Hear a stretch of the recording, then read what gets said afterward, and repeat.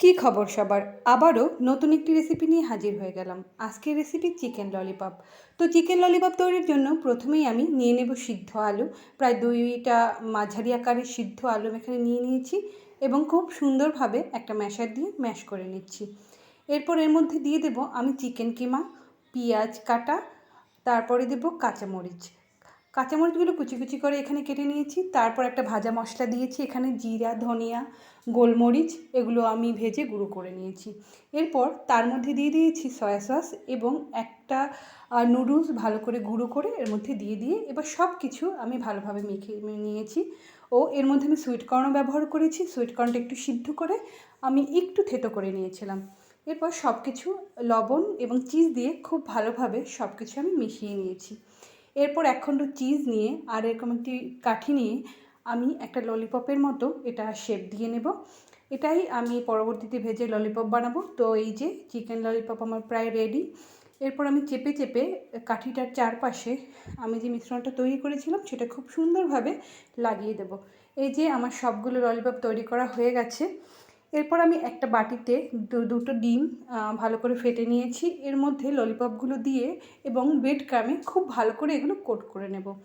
এভাবে একবার কোট করলে ভালো হবে না, তাই আমি ২-৩ বার এরকম ডিমে ভিজিয়ে এবং ব্রেড ক্রাম দিয়ে ভালো করে কোট করে নেব। আপনি এরকম কোট করে ফ্রিজেও রেখে দিতে পারেন। এই যে এভাবে আমি যে বাকি যে ললিপপগুলো আছে সবগুলোই আমি নিয়ে নেব এবং ভালো করে ডিমে চুবিয়ে এবং পরবর্তীতে ব্রেড ক্রামে কোট করে নেব। এই যে আমি এখানে 4টা ললিপপ এখন ভাজবো, সেগুলো কোট করে নিয়েছি। এরপর একটি প্যানে পরিমাণ মতো আমি সয়াবিন তেল নিয়ে নেব। এবার অপেক্ষা করব তেলটা গরম হওয়ার জন্য। তেলটা যখন গরম হয়ে আসবে এরপর ললিপপগুলো আমি ছেড়ে দেব এবং চুলার আঁচটা আমি মাঝারি রাখবো, খুব বেশিও না খুব কমও না। বেশি হলে এগুলো পুড়ে যেতে পারে, যেহেতু আমি মাংসটার কিমাটা এখানে কাঁচা দিয়েছি। সো এটা মাঝারি আছে বা মাঝারি থেকে একটু কম আছে, আস্তে আস্তে ভাজতে হবে। এই যে একদিক ভাজা হয়ে গেলে আমি খুব সাবধানে এটি উল্টে দেব। এরপর আমি আরও একটা ললিপপ দিয়ে দিচ্ছি। এরপর আমি আস্তে আস্তে ললিপপগুলো ভেজে নেব এবং একটি প্লেটে তুলে নেব। এই যে আমার ললিপপ, চিকেন ললিপপ তৈরি।